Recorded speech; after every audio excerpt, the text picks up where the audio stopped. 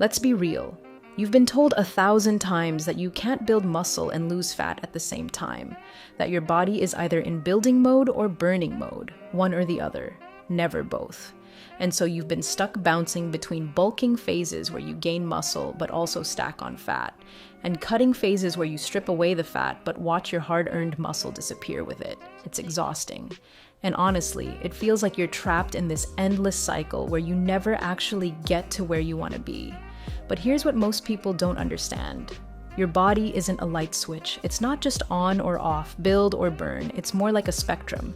And under the right conditions, you can absolutely build muscle while burning fat. It's called body recomposition. And before you roll your eyes thinking this is another fitness fairy tale, let me break down exactly how this works and who can actually pull it off. First, let's clear something up. To lose fat, you need to eat fewer calories than your body burns. That puts you in what's called a calorie deficit. Your body then taps into stored energy, mostly fat, to make up the difference. But here's the thing. Your body doesn't only rely on the food you eat for energy. Under certain conditions, it can pull fuel directly from your fat stores to build muscle. That's the magic of body recomposition.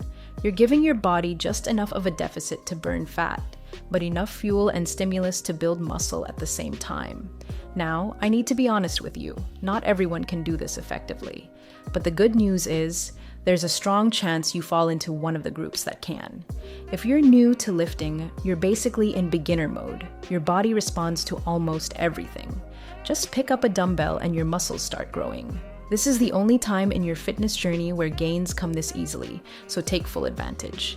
If you're carrying a decent amount of body fat, you've got a built-in energy reserve. Your body can tap into that stored fat to fuel muscle growth even while you're eating in a slight deficit.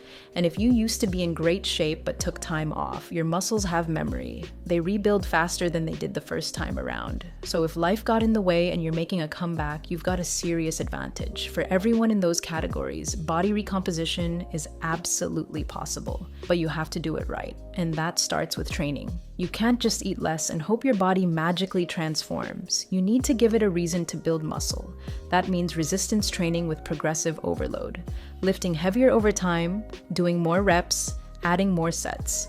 Your body adapts to the stress you put on it. So if you want it to build muscle, you have to consistently challenge it. No shortcuts, no easy weeks, just steady, intelligent progression.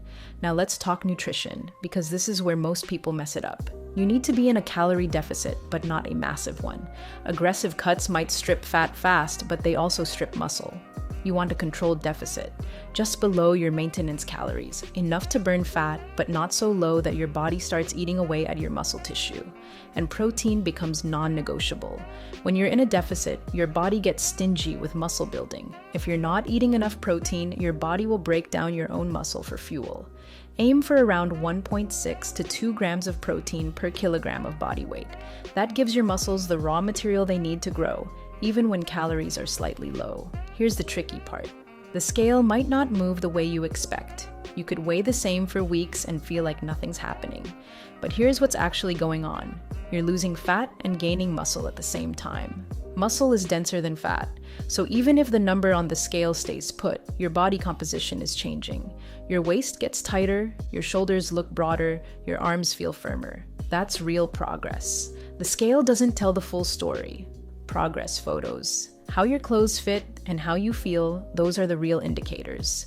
And let's not forget recovery. Sleep is where the magic happens. When you're sleeping well, your body repairs muscle tissue, balances hormones, and keeps your metabolism humming. But when your sleep is trash, everything falls apart. Your body starts hoarding fat and burning muscle instead.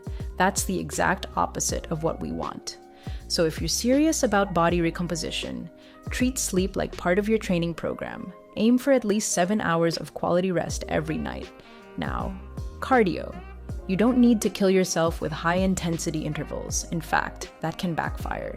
Too much intense cardio while you're in a deficit can burn through the muscle you're trying to build. Instead, focus on low-intensity movement. Walking is your best friend here. Aim for around 10,000 steps a day. It keeps you active, burns extra calories, and doesn't interfere with your recovery or muscle growth. Simple, sustainable, effective. Body recomposition isn't a quick fix. It's slower than a pure bulk or a hard cut. But the advantage is that you're improving your physique from both angles at once. You're not gaining fat you'll have to cut later. You're not losing muscle you spent months building. You're moving in the right direction consistently without the extremes. So here's your game plan. Train with intention and progressive overload. Eat in a slight calorie deficit with high protein. Prioritize sleep like it's part of your workout.